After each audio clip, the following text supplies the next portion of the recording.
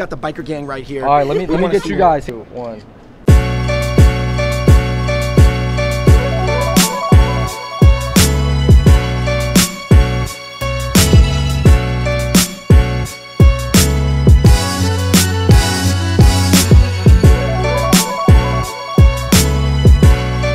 Konnichiwa. What's going on, guys? We are in Tokyo right now in Harajuku. Woo!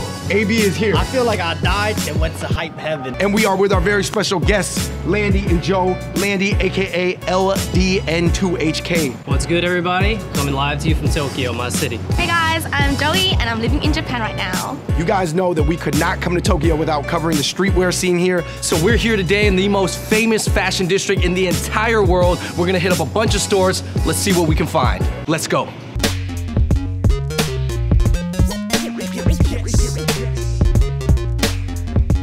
The first thing that comes to mind, there's a Supreme flagship right behind us. Japan alone has 6 stores. 3 in Tokyo, Daikanyama, Shibuya, and 1 in Harajuku, and then 1 in Nagoya, 1 in Fukuoka, and 1 in Osaka. Japan has the most Supreme stores in the entire world. Correct.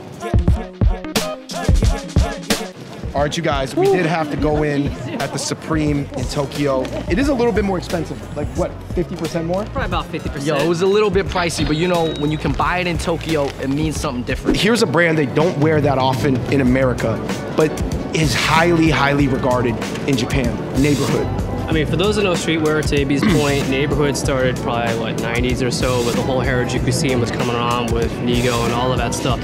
So talking about remixing American culture, that's what Neighborhood did. They took a lot of elements of like biker, street culture, and they remixed for the Japanese scene, and that's where they have a lot of fascination of American culture. Andrew, show them what you got in Neighborhood. I got a Neighborhood shirt, the classic. Yeah, you gotta go with the classic. Neighborhood logo tee. Landy, I want to hear your opinions on APE, not BAPE, APE. APE is the lower end kind of diffusion label from Bathing Ape. I think APE was created to get some of the people that aren't familiar with Bathing Ape because they just see the monkey sign and they go buy it. But all right, I mean, if you say Bathing Ape, that might be Polo, right? The mass market, more general, everyone knows what Bathing Ape. And then Ape is probably like your lower end Polo Sport, sure. I mean, there's a bunch of other stores here, right? Japan has always taken a lot of some American culture. Like, I feel like in Japan, they really like that kind of blue-collar American vibe. Like, they love denim. So I would say they have a fascination since post-World War II of all things in general American, right? After World War II, there was a heavy occupation by American forces in Japan. So whether it was a Native American culture that was important, they had that fascination, whether it was like biker, rebel culture, or even the simple fact is like baseball, right? Souvenir jackets that you can buy, that came from like GIs wearing baseball jackets, and they took the parachute material and it made it into Japanese souvenir jackets. Wow, that's a good point, man. If you look at in Japan, like all the girls here, they follow the trends in Japan, and it's like, it's kind of now, it's changing. Like, you know, we're in Harajuku right now, and we haven't seen any Harajuku girls, right? Like, have you seen any? And now they're just all like maturing up and just, you know, throwing it away, and it's like that identity of like the pure Japanese Harajuku style, it's just dying out. It's so sad.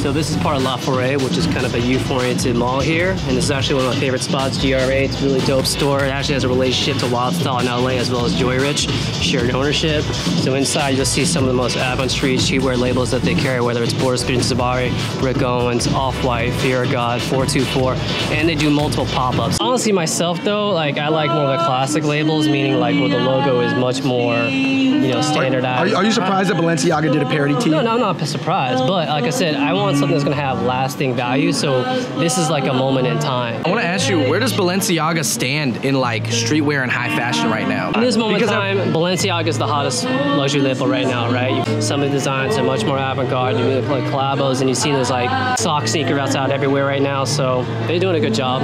Fashion game has changed significantly now. Now with fashion, there's so much a merger of streetwear and luxury together. Everyone's mixing and matching pieces. Streetwear is luxury and luxury is streetwear right now. It's just because it's all about the rarity, whether it's price or just how hard to get, scarcity to get the product. That's like the new luxury right now.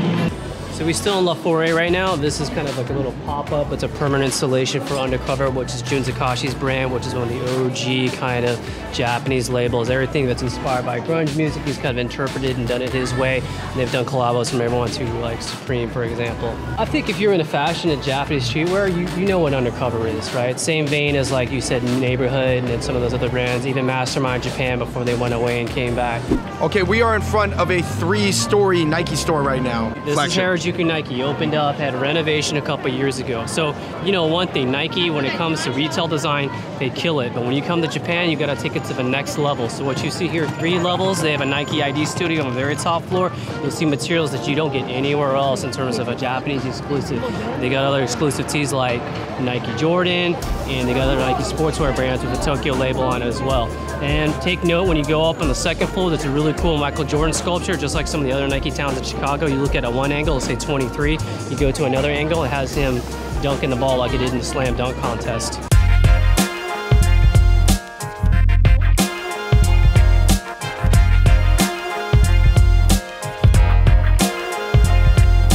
This is Spring Shibuya. You got multiple locations. You got Shinjuku, Harajuku, and Shibuya. This is their main flagship. They just opened, renovated, so a lot of resale stuff, hype culture on Resale hype.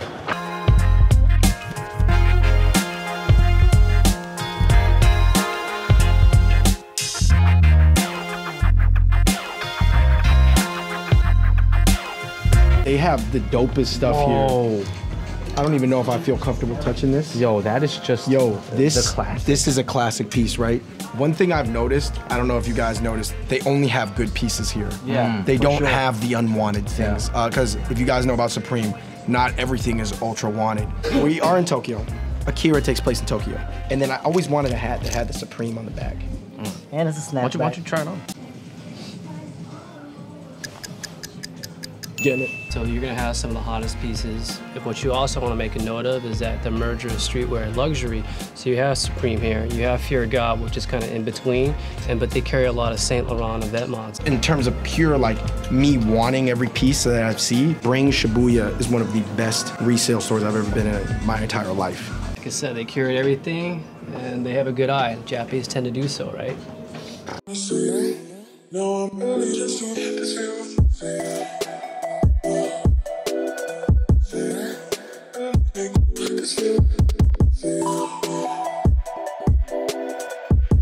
Yo, this is Kith Treats in Tokyo. They have one in New York. This is Kip's first standalone shop. Yo, I think it's crazy. Kith went from streetwear lifestyle, now it's into food. So people do know the Kith brand if you're known as streetwear, and I wouldn't be surprised if they took over this space here at Nano Universe and opened up a retail location here. Streetwear, as you know, in this area actually was Supreme around the corner, Rinkin, Bathing Ape, all in the vicinity. You can get a lot of really good foot traffic as well.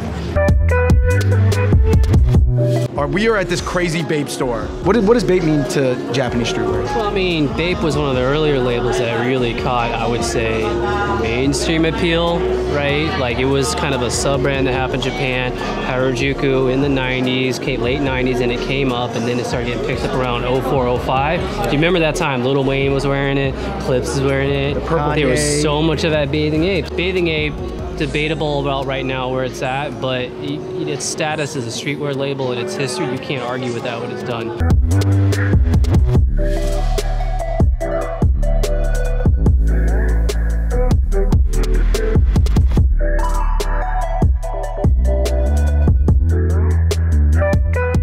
Yo, Landy.